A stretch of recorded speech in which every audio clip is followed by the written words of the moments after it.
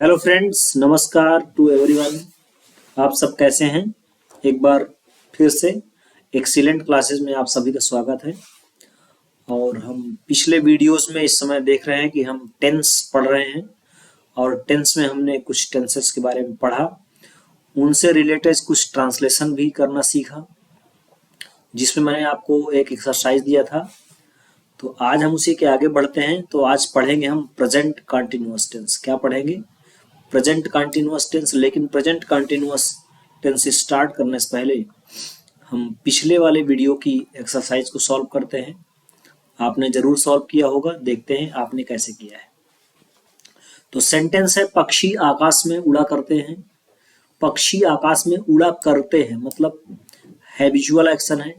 और जब present indefinite में हैबिचुअल एक्शन होता है तो कॉमन नाउन से पहले आर्टिकल दी का यूज नहीं करते हैं। तो हम दी बर्ड्स न लिख के ओनली बर्ड्स लिखेंगे।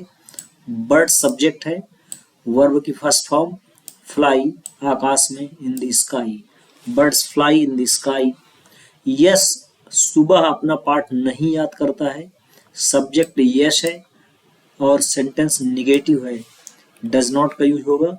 यश डज नॉट याद करना, लर्न हिज लेसन, अपना पाठ, सुबह इन द मॉर्निंग। सुबह, शाम, दोपहर, इन सब के लिए in the morning, in the evening, in noon का यूज करते हैं।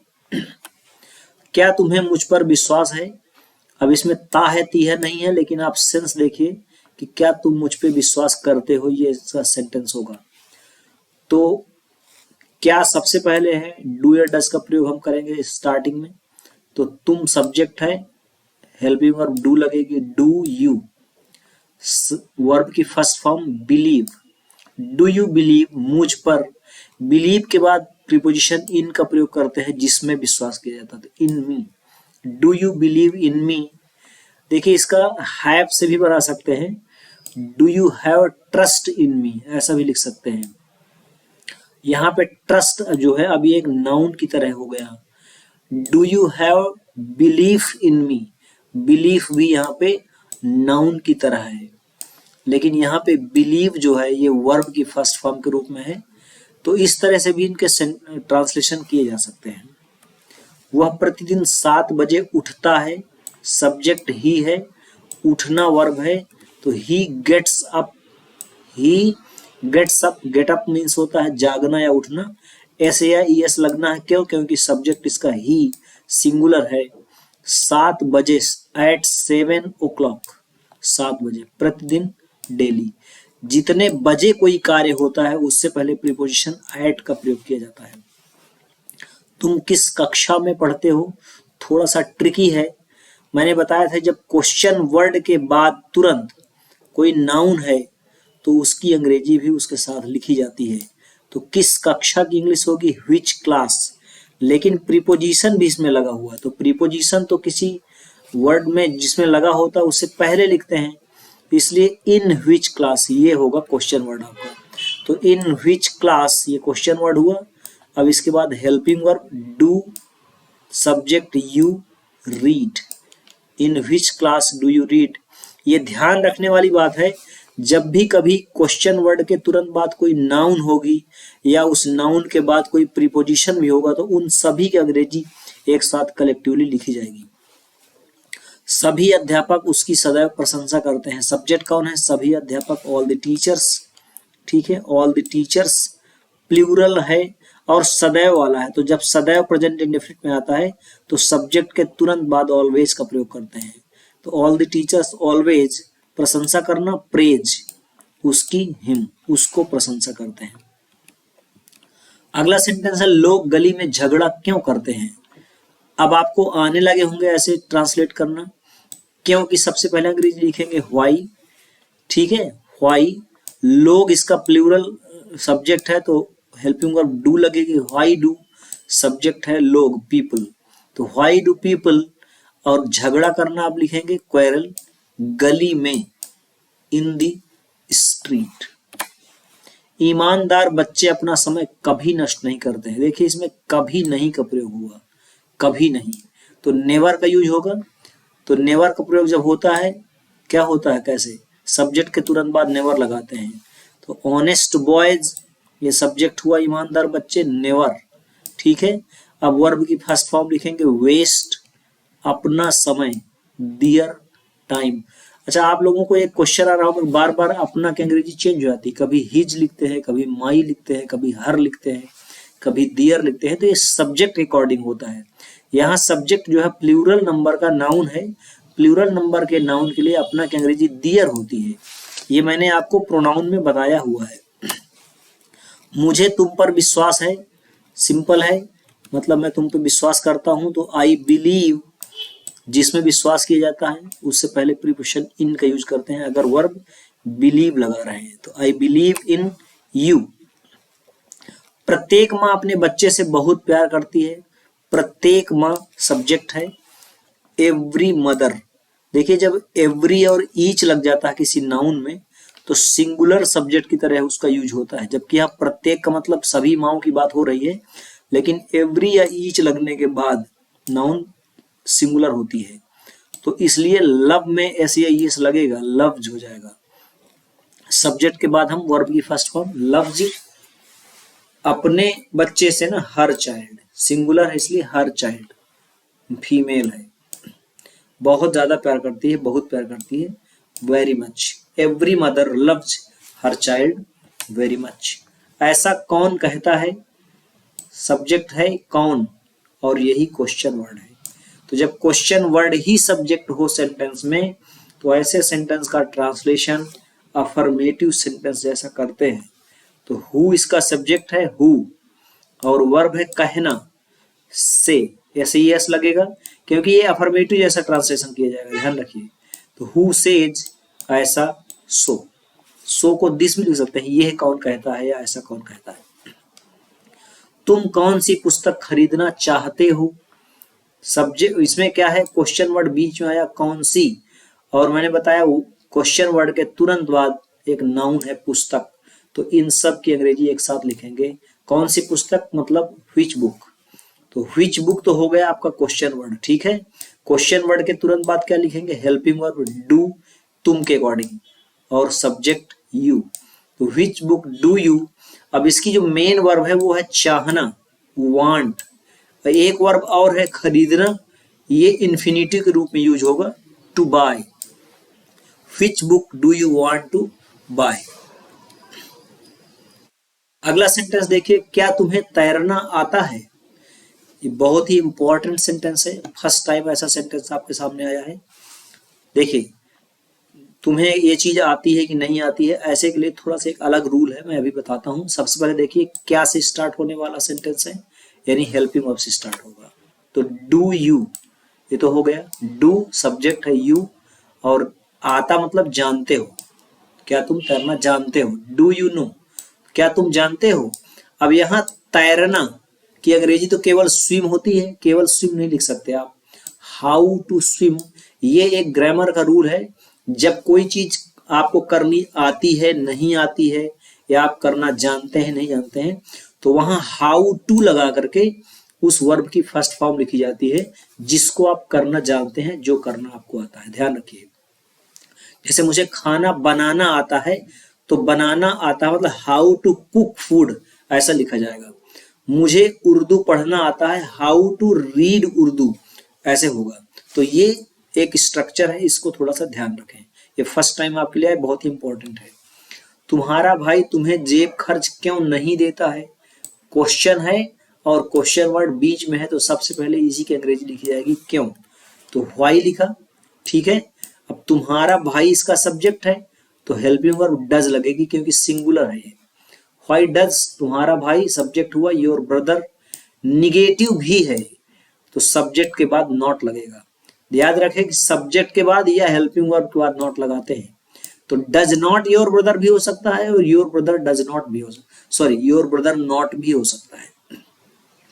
वर्ब की फर्स्ट फॉर्म देना, गिव, तुम्हें नहीं देता है, यू, क्या नहीं देता, जेब खर्च, पॉकेट मनी। इन दोनों को सफल भी कर सकते हैं। अगर पॉकेट मनी पहले लिखेंगे तो यू से पहले टू लग जाएगा, ये मैंने आपको डायरेक्ट इनडायरेक्ट ऑब्जेक्ट के रूल में बताया है। किरण अच्छा नहीं गाती है, सब्जेक्ट क्या है, किरण, तो किरण निगेटिव है, डज नॉट, क्योंकि सिंगुलर है ये, डज नॉट। गाना की अंग्रेजी सिंग, ठीक है। अच्छा नहीं गाती है, वेल। अब आप लोगों को एक क्वेश्चन आ रहा होगा दिमाग में कि यहाँ गुड क्यों नहीं लिखा गया। देखिए, गुड एक एडजेक्टिव होता है और एडजेक्टिव हमेशा नाउन की विशेषता बताता है। यहाँ पे कोई एडजेक्टिव है नहीं, सॉरी कोई नाउन नहीं है ना, इसलिए इसके गाने, जो गाना गाने का इसका तरीका है उसकी बात हो रही है, इसलिए यहाँ पे वेल लिखा जाएगा, गुड नहीं लिखा जाएगा। वेल एक एडवर्ब के रूप में यहाँ यूज किया गया है, ना कि एडजेक्टिव के रूप में। प्रिंसिपल अपने ऑफिस कब पहुंचता है, क्वेश्चन है और क्वेश्चन वर्ड बीच में है। सबसे पहले कब की अंग्रेजी लिखेंगे, व्हेन। प्रिंसिपल के अकॉर्डिंग हेल्पिंग वर्ब डज लगेगी, क्योंकि क्वेश्चन वर्ड के तुरंत बाद हेल्पिंग वर्ब लिखेंगे, फिर सब्जेक्ट लिखेंगे। सब्जेक्ट है the principal. When does the principal, पहुंचना की अंग्रेजी लिखेंगे रीच, अपने ऑफिस, हिज ऑफिस। रीच के बाद कोई भी प्रीपोजिशन नहीं लगाते हैं। हमारे पास तुम्हें देने के लिए कुछ नहीं है, बहुत ही सिंपल है, हैज हैव से भी बना सकते हैं आप। पहले तो लिखिए इंडेफिनिट के अकॉर्डिंग, वी मतलब हम कुछ नहीं रखते हैं, we do not have, helping verb not, verb की first form, we do not have, कुछ नहीं है, एनीथिंग। यहाँ समथिंग नहीं लिख सकते हैं, समथिंग हमेशा पॉजिटिव होता है और एनीथिंग निगेटिव होता है, तो यहाँ निगेटिव तो ऑलरेडी है इसलिए एनीथिंग लिखा जाएगा। We do not have anything, और तुम्हें देने के लिए, to give you, to give you तुम्हें देने के लिए। अगर इसको आप हैज हैव हैड द्वारा बनाएं तो वी हैव नथिंग, हमारे पास है क्या है, नथिंग, कुछ नहीं, टू गिव यू, ऐसा भी आप ट्रांसलेशन कर सकते हैं। क्या चाय में चीनी है, क्या चाय में चीनी है, देखिए इंडेफिनिट का वाक्य तो नहीं है। अब याद रखिए कि आपने देयर का प्रयोग पढ़ा था, इंट्रोडक्टरी देयर का, कि जब स्थान का नाम पहले हो और उस स्थान में कोई दूसरी चीज हो, तो चाय में चीनी है ये वाला सेंटेंस है, लेकिन ये इंट्रोगेटिव है, क्या से स्टार्ट है, तो उससे कोई फर्क नहीं पड़ेगा। पहले आप इसका अफर्मेटिव बना लीजिए। अगर चाय में चीनी है लिखेंगे तो देयर इज लिखेंगे, there is sugar in tea. अब क्या है तो आप इज को पहले लिख दिए, is there sugar in the tea, ये हो जाएगा। आगे देखिए अगला सेंटेंस है, बहुत बुरी बात है।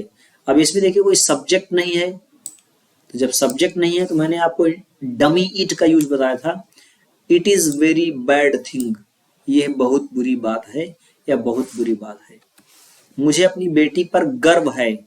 अब इसमें कैसे करेंगे आप, प्राउड का यूज होता है और ये इज एम आर का यूज है।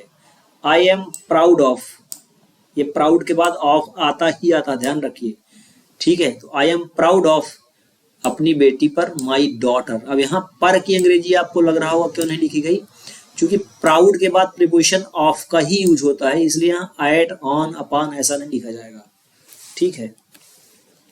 तुम बड़े बेशर्म आदमी हो, सिंपल है, इज एम आर का यूज। यू आर, आप हो, क्या हो, अ वेरी शेमलेस पर्सन, बड़े बेशर्म आदमी, बड़े बेशर्म व्यक्ति। आ यहाँ पे अपने आप लग गया है, आर्टिकल है, आर्टिकल का यूज हम करते हैं इंग्लिश में सिंगुलर नाउन से पहले।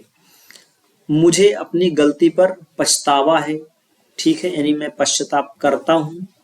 आई रिग्रेट, मैं पश्चाताप करता हूँ। फॉर माई मिस्टेक, अपनी गलती के लिए।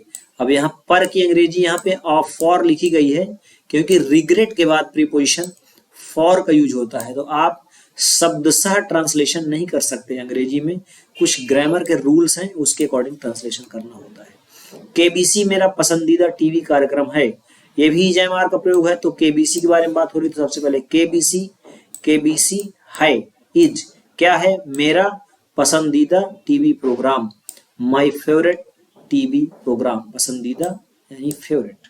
तो आपकी जो एक्सरसाइज है वो कंप्लीट होती है।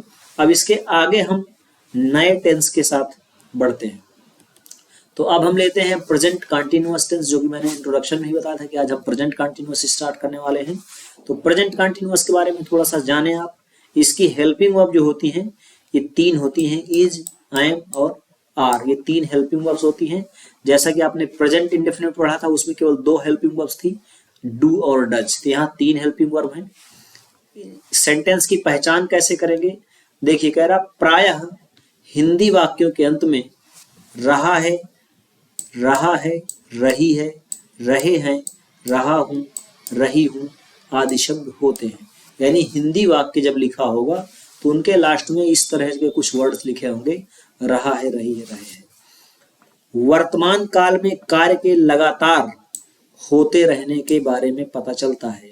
लगातार मतलब कंटिन्यूअस, इसीलिए इसका नाम है प्रेजेंट कंटिन्यूअस, क्योंकि इसमें काम लगातार चल रहा होता है।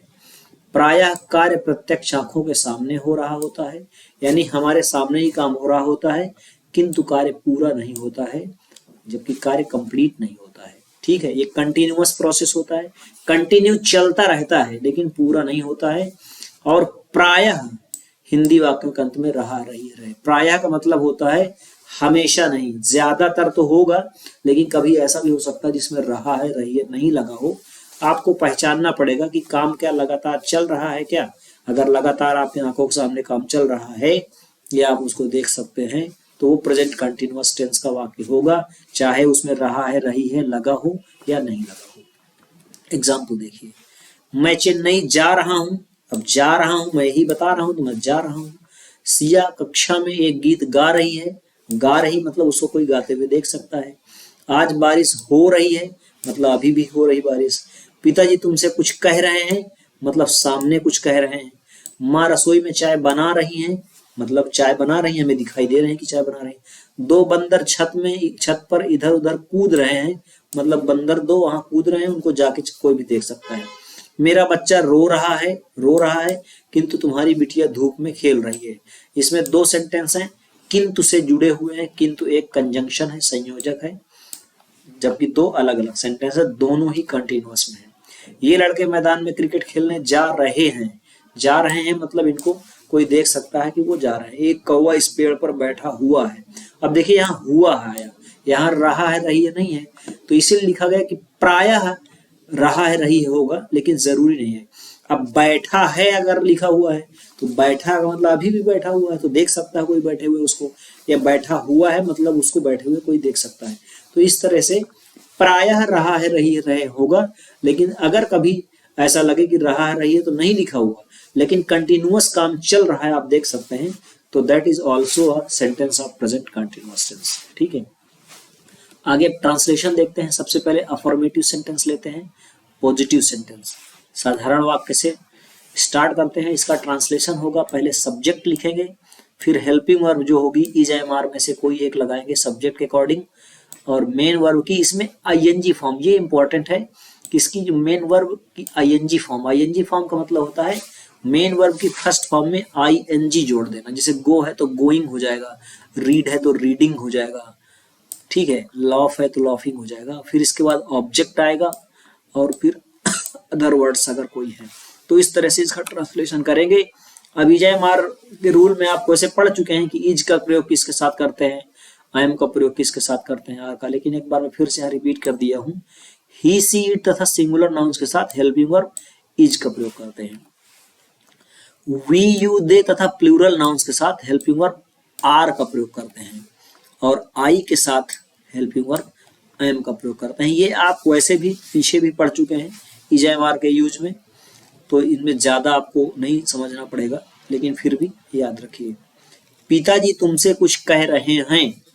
अब देखिए यहाँ हैं लिखा है तो इसका मतलब ये नहीं है कि प्लूरल है, पिताजी तो सिंगुलर है ना, तो हेल्पिंग वर्ब इसलिए इज ही लगेगी। द फादर, पिताजी। अच्छा, अंग्रेजी में जी नहीं लिख देंगे, फादर जी ऐसा नहीं लिखेंगे, the father helping verb is लगेगी क्योंकि पिताजी सिंगुलर है, और कहना की अंग्रेजी होती है से, तो इसकी आईएनजी फॉर्म बनाएंगे तो सेइंग हो जाएगा।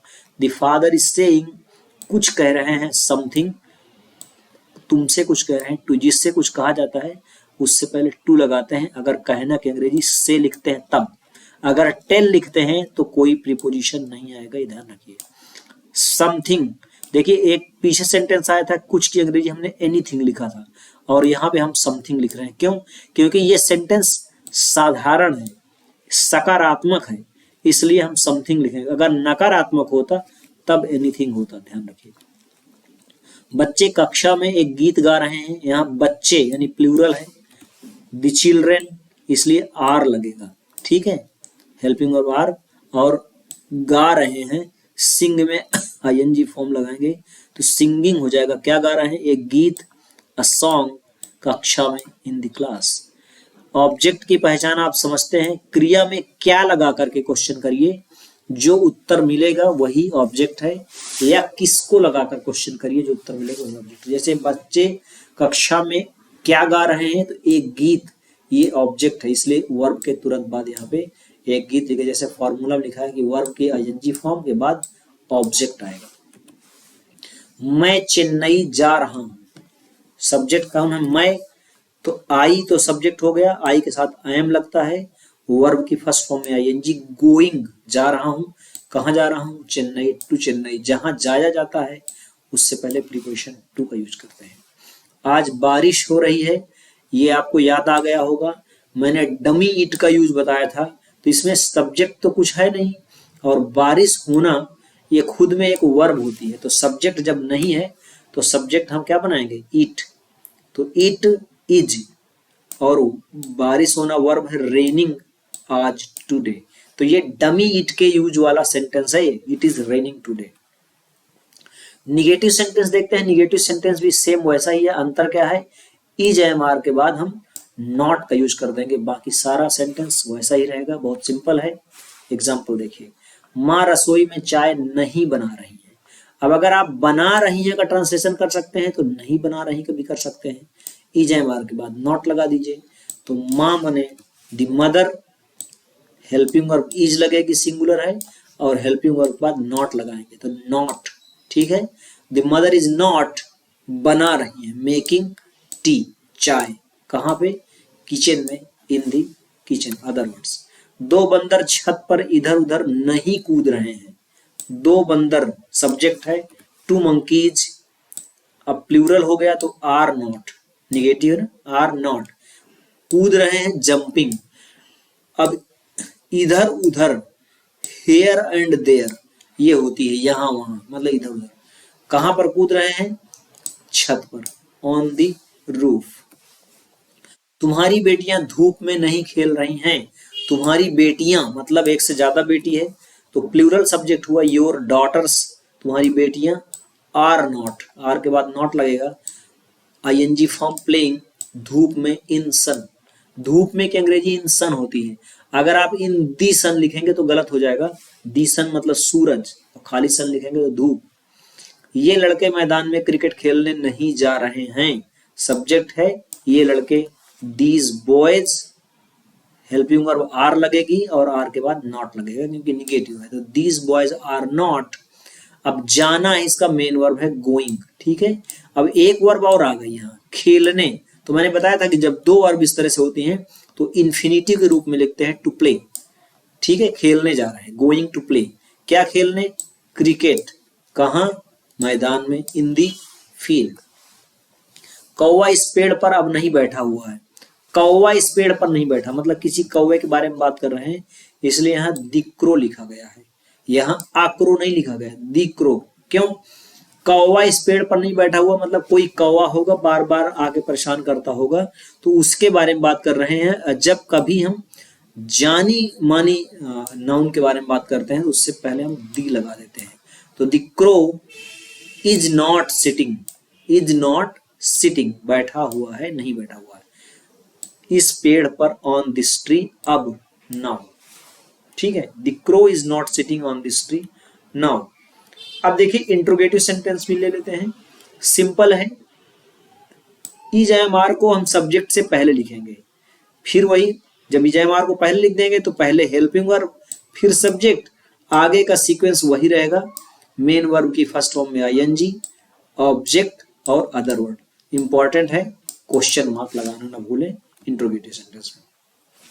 थोड़ा सा रूल रिपीट कर देते हैं, क्या से प्रारंभ हुआ? आपको इज एम आर से प्रारंभ करते हैं, एज एबव, एज एबव माने जैसा कि ऊपर लिखा हुआ, ऊपर जो फॉर्मूला है इसके लिए है।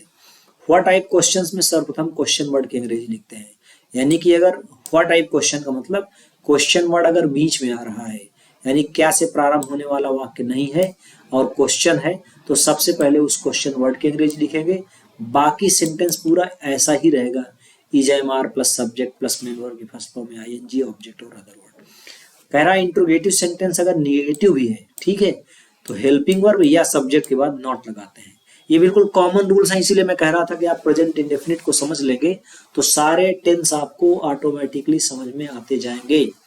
तो हेल्पिंग वर्ब या सब्जेक्ट के बाद नॉट लगाते हैं कब, अगर इंट्रोगेटिव सेंटेंस निगेटिव भी है तब।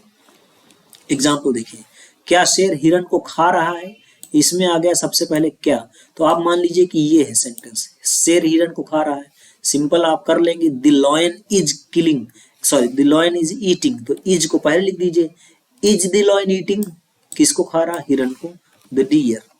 क्या तुम मुझे गाली दे रहे हो, ठीक है, क्या सबसे पहले आएगा तो इज एम आर आएगा, तुम के अकॉर्डिंग क्या आएगा, आर, तो आर यू, गाली देना की अंग्रेजी एब्यूज होती है, तो एब्यूजिंग मुझे, मी, आर यू एब्यूजिंग मी। क्या हम तुम्हारे साथ नहीं आ रहे हैं, क्या सबसे पहले है, हम के अकॉर्डिंग क्या लगेगा, आर, तो आर वी नॉट, क्यों, क्योंकि ये इंट्रोगेटिव निगेटिव भी है, तो सब्जेक्ट के बाद नॉट लग गया, या आर के बाद भी नॉट लगा सकते, आर नॉट वी कमिंग ऐसा भी लिख सकते थे, तुम्हारे साथ विथ यू, ये देखिए आर नॉट लिख सकते हैं पहले, या आरंट, इसका कंट्रैक्टेड फॉर्म जो होता है आरंट भी लिख सकते हैं आर नॉट को। आज मैं मैच क्यों देख रहा हूं, क्यों, तो सबसे पहले क्यों की अंग्रेजी लिखी जाएगी, क्योंकि व्हाट टाइप क्वेश्चंस में सर्वप्रथम क्वेश्चन वर्ड की अंग्रेजी लिखते हैं, तो पहले क्यों की अंग्रेजी लिखिए व्हाई, इसके बाद सेंटेंस आप इसी तरह बना दीजिए। अब हेल्पिंग वर्ब आ जाएगी एम, क्योंकि सब्जेक्ट आई है, तो व्हाई एम आई, अब वर्ब आईएनजी फॉर्म, वॉचिंग, क्या, मैच, द मैच, आज, टुडे, क्वेश्चन मार्क। तो इस तरह से आपने सारे इसके जो अफर्मेटिव सेंटेंस, नेगेटिव सेंटेंस और इंट्रोगेटिव सेंटेंस ये भी ट्रांसलेशन करना सीख लिया है प्रेजेंट कंटीन्यूअस टेंस के। तो इसके बेस पे एक मैं एक्सरसाइज आपको दे रहा हूं जो कि आपको सॉल्व करना है एज ए होमवर्क, ठीक है, और नेक्स्ट वीडियो में हम इसके सॉल्यूशन के साथ मिलेंगे। इसमें मुझे लग रहा है कि सारे सेंटेंस ही मैंने प्रेजेंट कंटीन्यूअस टेंस के रखा है, फिर भी अगर कोई बीच में आ जाता है किसी दूसरे टेंस का तो आप उसको पहचानने की कोशिश करिए और उसका अकॉर्डिंगली ट्रांसलेशन करने की कोशिश करिएगा। कुछ डिफिकल्ट वर्ड्स आए होंगे, उनकी अंग्रेजी मैंने आपको हिंट के लिए नीचे लिख दिया है। यहाँ पशु कैटल, बहना की फ्लो, नदी रिवर, पुल ब्रिज, मेहमान गेस्ट, अकेला एलोन, निबंध ऐसे, रिश्तेदार रिलेटिव, फर्श फ्लोर, मनाना सेलिब्रेट, सजाना डेकोरेट, जमीन ग्राउंड। देखिए ये शब्द सभी सिंगुलर में है, अगर जरूरत पड़ती है आपको तो प्लूरल बनाने की तो उनको प्लूरल भी बना सकते हैं, जिस तरह से उनका यूज सेंटेंसेस में हो रहा है आपको वैसे इनका यूज करना है। तो इस एक्सरसाइज के सॉल्यूशन के साथ हम नेक्स्ट वीडियो में मिलते हैं, तब तक के लिए नमस्कार, thank you everybody, take care.